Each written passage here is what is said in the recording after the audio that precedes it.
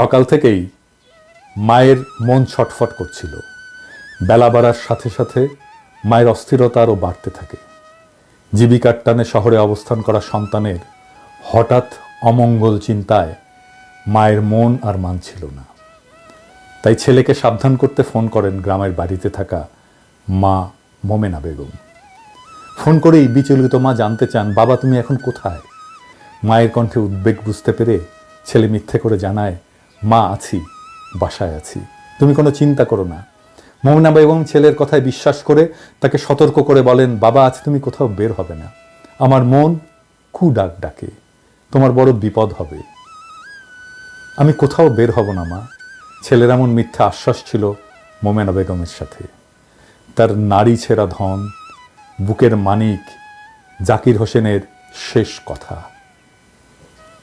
ঠিক তখনই ফোনের অপর পাশে থাকা উদ্বিগ্ন মা গুলির শব্দ শুনতে পান। সেই গুলির শব্দ শুনে মায়ের বুক ধক করে ওঠে। মুহূর্তেই ফোনের অপর প্রান্তের কণ্ঠ থেমে যায়।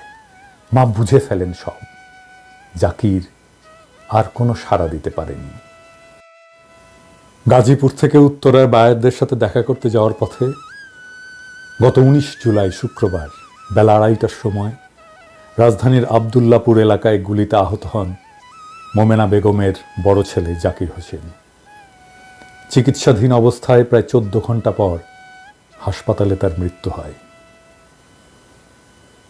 জাকির হোসেন গাজীপুর জেলার কাপাসিয়া উপজেলার বারিসাব ইউনিয়নের চর দুর্লভখা গ্রামের দরিদ্র কৃষক মোহাম্মদ আব্দুস সামাদের বড় ছেলে। এই পরিবারের একমাত্র উপার্জনক্ষম ব্যক্তি ছিলেন জাকির। তাকে হারিয়ে পরিবারের সামনে এখন অনিশ্চিত ভবিষ্যৎ। সন্তান হারিয়ে বাবা মা পাগল প্রায়। জাকিরের 2 ছেলে, আব্দুর রহমান আর বায়েজিদ। স্বামী হারিয়ে 2টি অবুঝ শিশু নিয়ে দিশেহারা জাকির হোসেনের স্ত্রী জান্নাতুন নাইম। বাড়ির ভিটাসহ মাত্র 1.5 বিঘা জমি। একমাত্র উপার্জনক্ষম জাকির হোসেনই সম্বল ছিল তাদের। অভাবের সংসারে 2 ছেলে 2 মেয়ের মধ্যে জাকির ছিল সবার বড়। জাকিরের উপার্জন দিয়েই টেনে টুনে চলছিল তার সংসার। পিতার কষ্ট লাঘব করতে এসএসসি পাশের পর আর লেখাপড়া করতে পারেননি জাকির। সংসারের বোঝা কাঁধে নিতে 2003 সালে গাজীপুর সদরের ভাওয়াল মির্জাপুর এলাকায় একটা তৈরি পোশাক কারখানায় শ্রমিক হিসেবে কাজ শুরু করেন। পরিশ্রম আর সততা দিয়ে জাকির কয়েক বছর আগে সহকারী প্রোডাকশন ম্যানেজার হিসেবে পদোন্নতি পান। রাজধানীর আবদুল্লাপুর এলাকায় জাকির গাড়ি থেকে নেমে অন্য একটা গাড়িতে ওঠার জন্য অপেক্ষা করছিলেন। এমন সময় তার মায়ের ফোন আসে। মায়ের সাথে ফোনে কথা বলার সময় সেখানে পুলিশ আর আন্দোলনকারীদের মধ্যে ধাওয়া পাল্টা ধাওয়া চলাকালে 2টি গুলি এসে তার বুকে আর পেটে লাগলে জাকির মাটিতে লুটিয়ে পড়েন। আশেপাশের মানুষ তাকে উদ্ধার করে উত্তরার বাংলাদেশ আধুনিক মেডিকেল কলেজ হাসপাতালে নিয়ে গেলে আশঙ্কাজনক অবস্থা দেখে কর্তব্যরত চিকিৎসক তাকে ঢাকা মেডিকেল কলেজ হাসপাতালে রেফার করেন। খবর পেয়ে স্বজনরা তাকে দ্রুত সেখানে নিয়ে গেলে চিকিৎসাধীন অবস্থায় প্রায় 14 ঘন্টা পর শনিবার ভোর 4টার সময় তার মৃত্যু হয়। অল্প বয়সেই স্বামীকে হারানোর দুর্ভাগ্যে দিশেহারা স্ত্রী জান্নাতুন নাইম।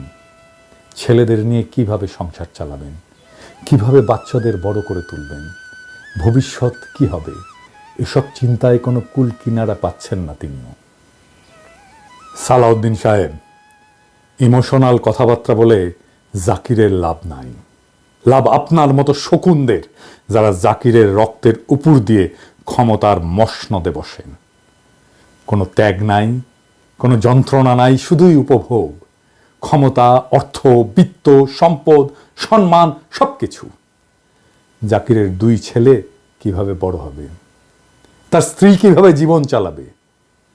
এই পিনাকি এক কাপড়ে দেশ ছাড়ছে, সব হারাইছে। 55 বছর বয়সে 400 ইউরোর রিফিউজি ভাতায় জীবন চালাইছে।